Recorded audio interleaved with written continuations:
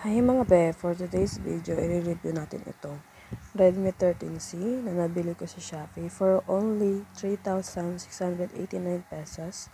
Original price niya is 4,999 pesos. And di ba ang laki ng discount na nakuha ko. So tara, alamin muna natin kung anong laman sa box. Siyempre, pagka-open natin ng box, unang-unang natin makikita ay yung mismong phone. And then, nakalagay na rin sa kanya yung specs sa unahan. Ang kinuha kong color is white. Ayan, may pagka-blue siya. And then next, may isang box tayong makikita. Sa likod nito, siyempre makikita mo yung ejector pin. And then, pag-open mo, makikita mo yung safety information para sa phone and warranty card. Meron nga pala ito sa box na charging brick, 10 watts lang. Sabi sa box 18 watts pero 10 watts lang to. Ang galing mang-auto, diba? Tuloy na auto ako. Type-C na nga pala ito. Gusto kasi lahat ng phone ngayon ay naka-Type-C na. So next naman yung charging brick niya. Ayan, 10 watts nga lang siya. So ganyan siya, pang Chinese. So kailangan mo pa bumili ng charging adapter sa Shopee. So ito na mismo yung phone. Ayan, color white yung kinuha ko. Ulit-ulit, 'di ba? So, yan siya. Yung pagkakulay niya is may pagka-green and blue. So, para siyang light version. Tas may white lang sa taas. Ayan siya. Ang laki ng camera niya. Ang ganda rin ng itsura ng camera niya kasi para siyang iPhone. And then mas gusto ko yung design ng phone ngayon kasi hindi siya masyadong malaki. Yung gilid niya is nakalagay agad yung flashlight. Hindi katulad sa iba na lalagay pa na ibang peking camera para lang masabing madaming camera. And then, yun lang yung laman ng box mga be. And syempre, kung gusto nyo magkaroon ng protective case, syempre bibili ka sa Shopee. And ito, bumili ako sa Shopee for only 49 pesos lang ata. Ilalagay ko na lang dyan kasi nakalimutan ko na. So, ayan siya, binili ko. Medyo makapal and protected dito yung phone. And wala rin siyang free screen protector. Bumili pa ako sa Shopee ng tempered glass para magamit ko agad siya. So, yun lang yung laman ng box konti. And sana susunod, ma-update nila, malagyan nila ng screen protector o case man lang, kahit simple lang, kahit manipis. At least, di ba, magagamit na natin yung phone. So, dito na tayo sa display niya. Unang-unang, syempre mga be, pagpasensyahan nyo na kung hindi ako magaling sa review, and kung may mali, i-comment nyo na lang sa baba.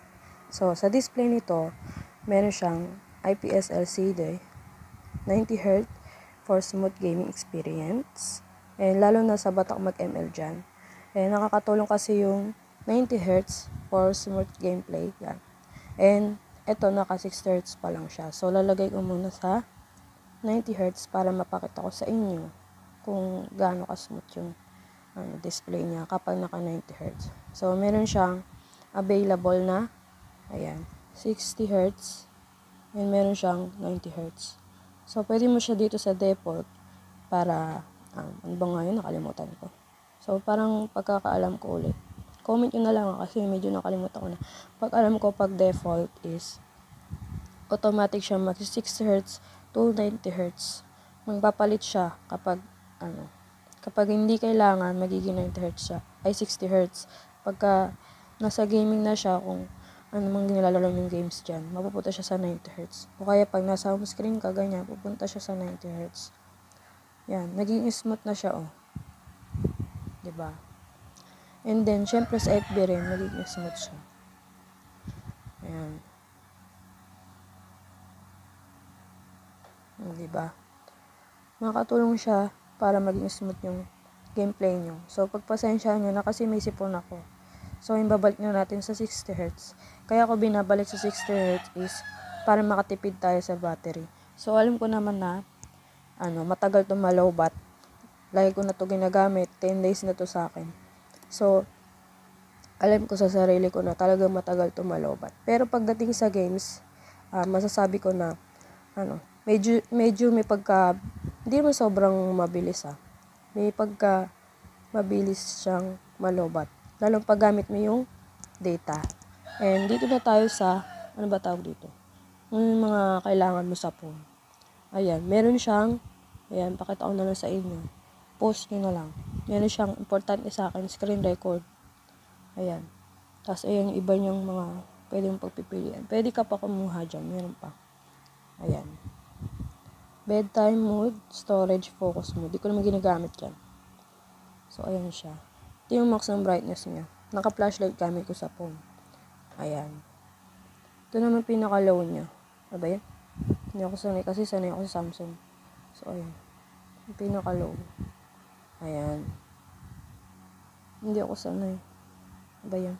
Meron siyang size na 6.74 inches. O, diba? Parang naka 7 inches na siya. Ang laki, diba?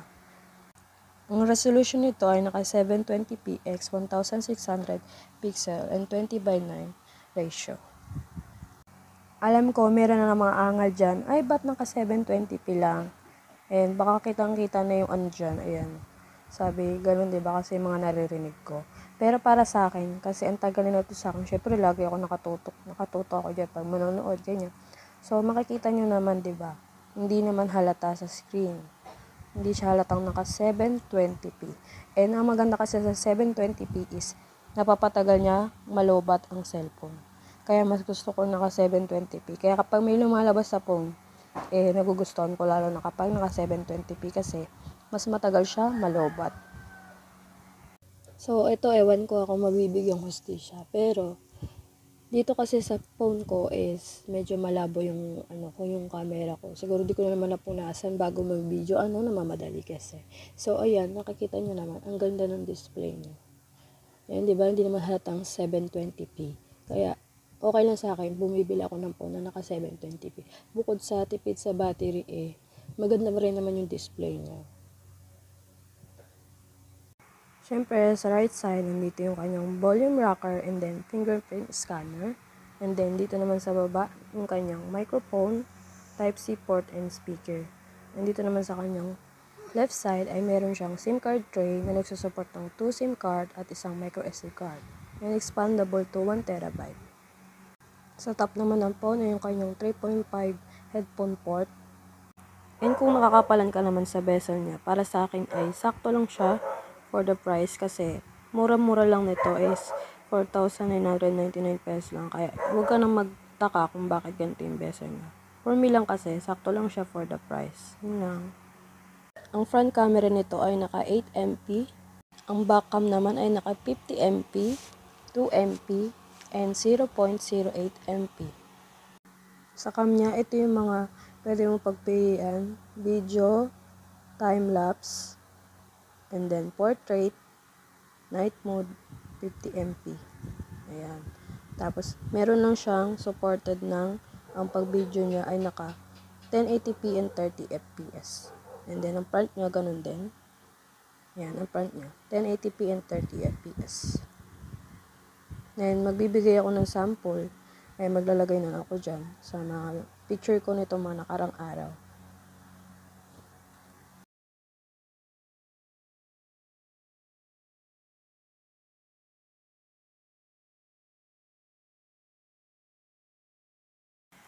Subukan naman natin yung kanyang fingerprint scanner kung gaano siya kabilis.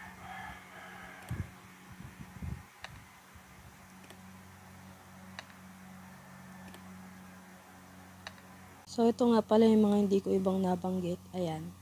Supported siya ng dual band wifi. So, mabilis siya pagdating sa wifi. So, testing naman natin yung kanyang speaker kung gaano kalakas. So, tandaan, meron lang tong one speaker. So, test na natin. Nalagay ko ng earphone dyan. So, naka full volume na to ha. Ayan, naka full volume na siya. 네가 참 궁금해 그건 너도 마찬가지 It's so bad, it's good 난 그 맘을 좀 봐야겠어 For me, sakto lang yung lakas niya. Hindi gaanong kalakasan, pero pwede na. So, ang ginagawa ko para lumakas siya, nakaganyan yung kamay ko. Kasi andito yung speaker. Nakaganyan lagi ako manood. Kasi, pagka natatakpan ko yan, medyo lumalakas siya. So, ganyan yung ginagawa ko para medyo lumakas yung volume niya. Kasi, alam nyo na, yung speaker lang. Pero okay na yun kasi ganun yung pressure niya. So, in-update ko nga pala to kagahapon. So, di ba ang alam niyo naman, ang Xiaomi merong issue na deadbolt issue, ganyan. Ang dami basta. Tapos, in-update ko siya kagahapon, wala naman. So, sunod hindi ko na siya update kasi bigla ko naalala yung nangyari sa Redmi Note 10X ko. So, ito na nga pala siyang naka MIUI 14.0.7.0. So, ayan siya. Naka-Android 13 na pala to. So, yun lang naman. Siningit ko lang yun kasi ayokong matulad kayo sa akin sa Redmi Note 10S ko na puro ako update. So, ayun ang nangyari. Puro, alam nyo na kung sino man nakabili ng Redmi Note 10S. So, ayan, hindi ko na siya update sa susunod. Meron din nga pala itong mga widgets na update ni Xiaomi. Katulad nito. Hindi yan app mismo sa phone yan. Ayan, meron siyang ganyan. Marami kapag pipilihan, pwedeng malaki, medium, and large. Yan. Gusto ko ito. Tapos, meron din siyang photo.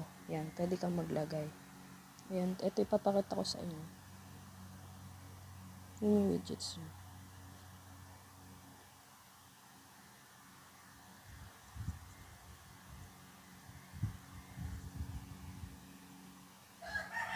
Ayan o, marami kayo pagpipilian.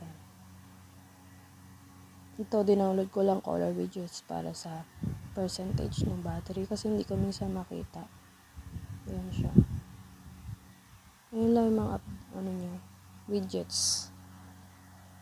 So, I think yun lang naman, no? Kasi, yun lang naman yung iba kong alam sa phone. And kung wala akong nasabi dyan, and manood naman kayo sa ibang review. Kasi hindi naman talaga ako magaling mag-review. At least, nagbigay ako sa inyo ng konting review para sa phone, diba? So, ang masasabi ko dito, after siguro 1 week, hindi, lagpas ng 1 week kasi 10 days na. So, after ng 10 days, is masabi kong super sulit niya dahil sa presyong 4,999 pesos is makakakuha ng ganitong kagandang display. Ayan. And then, ganito kagandang chipset. Alam ko may luma na yung Helio G85 pero masabi kong pagdating sa gaming ay maganda pa rin talaga. So, kitang-kita nyo naman kung gaano ka-smooth to. 90Hz yan, pero nilagay ko sa 60Hz. Kasi nga, 'di ba, para makatipid sa battery. So, itong phone na to ay nabili ko nga, 'di ba, ng 3,689 pesos. So, sobrang sulit na rin niya. And kung gusto niyo ganun mabili niyo itong phone, pumunta kayo sa Shopee, doon kayo bumili at meron kayong 1.2k discount. Bibigay yun ni Shopee sa inyo. Doon ako lagi nag-order. Siguro pang 23 na gadgets ko na to, kasama yung tablet kasi di ko na-unbox sa YouTube channel ko. Yan. So, ayun lang naman yung nagustuhan ko sa phone lahat. May hindi ako nagustuhan pala. Speaker lang kasi isa. Pero okay na rin yun kasi nga, yun nga, titingin na natin yung kanyang presyo. Kaya hindi na tayo dapat masyado mag-complain. So, yun lang. Sana nagustuhan nyo itong video na to. And kung nagustuhan nyo nga itong video na to, please like and subscribe.